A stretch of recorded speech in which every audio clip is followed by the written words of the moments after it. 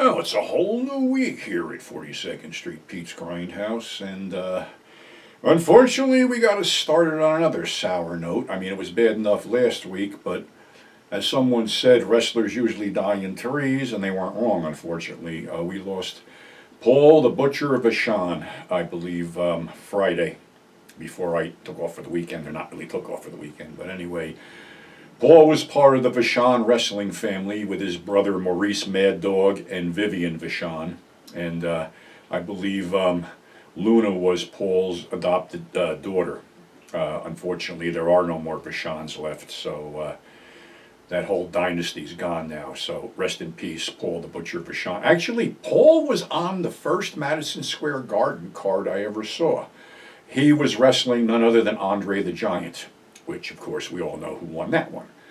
So, just that little nostalgia thing here. I've been sort of tearing this place apart over the weekend, and going to have a little life change sooner or later. But went through a bunch of stuff, and it's wonderful going down memory lane and finding copies of a restraining order that I had to put out against someone, and a warrant for my arrest from the Apatcon police, and bullshit from my lawyer, and all other things pertaining to a couple situations way back then.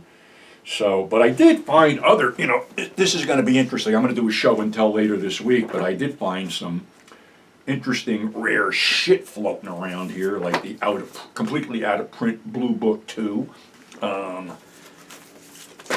issue of Shriek magazine, first issue. And of course, what else we got here? Castle of Frankenstein, and I got a bunch of stuff. I'm going to do a show and tell, but I got to do this sneakily because I have a whole folder of bookings from an adult theater in Massachusetts. So I have to sneak them in. But anyway, going back to 1983, a film called Uncommon Valor. Now, around that time is when everybody was there was a hue and cry, mainly from Ross Perot at that time, I believe, about POWs that were still being held captive in Laos in Cambodia from the Vietnam War. So this film is about a career soldier, Major Rhodes, or Colonel Rhodes, played by Gene Hackman, and his benefactor, played by Robert Stack.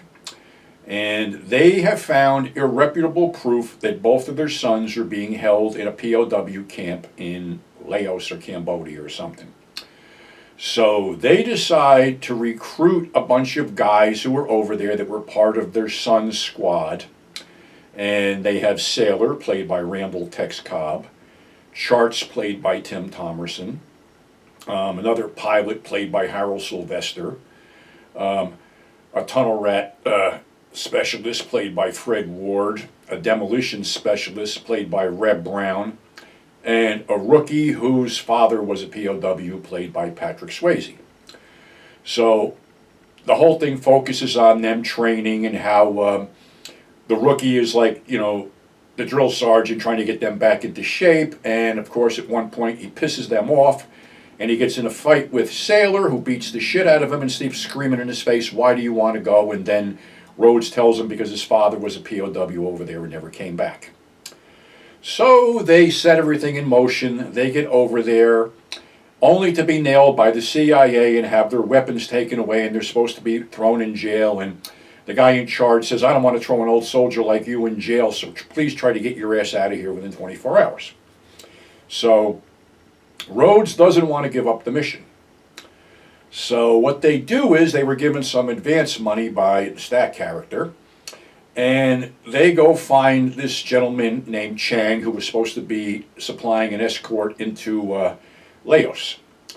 Well, they go to Chang's former residence to find out he's been evicted. They find him in a bar, and they said, "Well, what happened?" He goes, "Well, I got kicked out. Such are the hazards of the narcotic trade." So he says he will take them in and two daughters, and then they explain the weapons situation. So the owner of the restaurant comes over with a parrot perched on his shoulder and hands them a menu, and when they flip through the menu, they see all kinds of guns and weapons and things. So Rhodes tells them that these entrees are a little bit too rich for their taste, so they go down to the bargain basement, where for whatever he gets a catch of weapons that look like they were used in WW2. So they get these weapons ready and they separate into two groups. One group to steal 3 helicopters, another group to basically attack the compound and free the prisoners and have them ready. Well, they get to the helicopters and there's a little problem there because they misjudge where the base is until they see one actually land. The other guys set themselves into position. Blaster sets charges up all over the place to blow the place up. And Fred Ward gets in there and spots one of the prisoners and says it's a go. So there's a whole deal where they want to blow this thing up, but the helicopters aren't going, and Blaster sets off all these charges and winds up killing himself in the process. The helicopters attack. They get 4 prisoners out, but unfortunately Rhodes' son isn't one of them.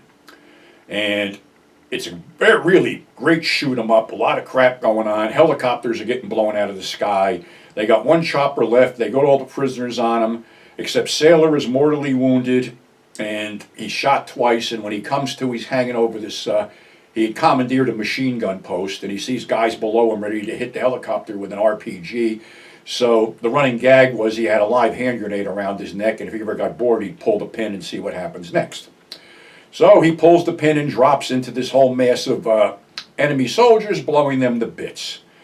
The POWs land in, I guess, a neutral country and are shipped back to the United States, and it sort of ends on that note. Really one of the last great ensemble casts theatrically released. I mean, there's been some other ones that went straight to video, but this was the last big sort of blockbuster with an ensemble cast, and all the guys are great. Unfortunately, out of the entire cast, Patrick Swayze was the first one to pass away due to cancer, and I think it was last year we lost Fred Ward. I had met Tim Thomerson way back in the day when he came to Chiller Theater, and I had a blast hanging out with him. So, yeah, great film. I just had to check it out again, just to refresh my memory, and it still holds up. Great shoot 'em up. You know, it's one of those deals where you get to care about the characters and really get pissed off when they get killed. So if you haven't seen it, I heartily advise you to check out Uncommon Valor. And that's going to be our show for today. Thanks for subscribing. Thanks for tuning in. And we're going to try to hook up a show and tell by Wednesday and see what I can get away with it. So until then, stay safe, and we'll catch you on the flip side.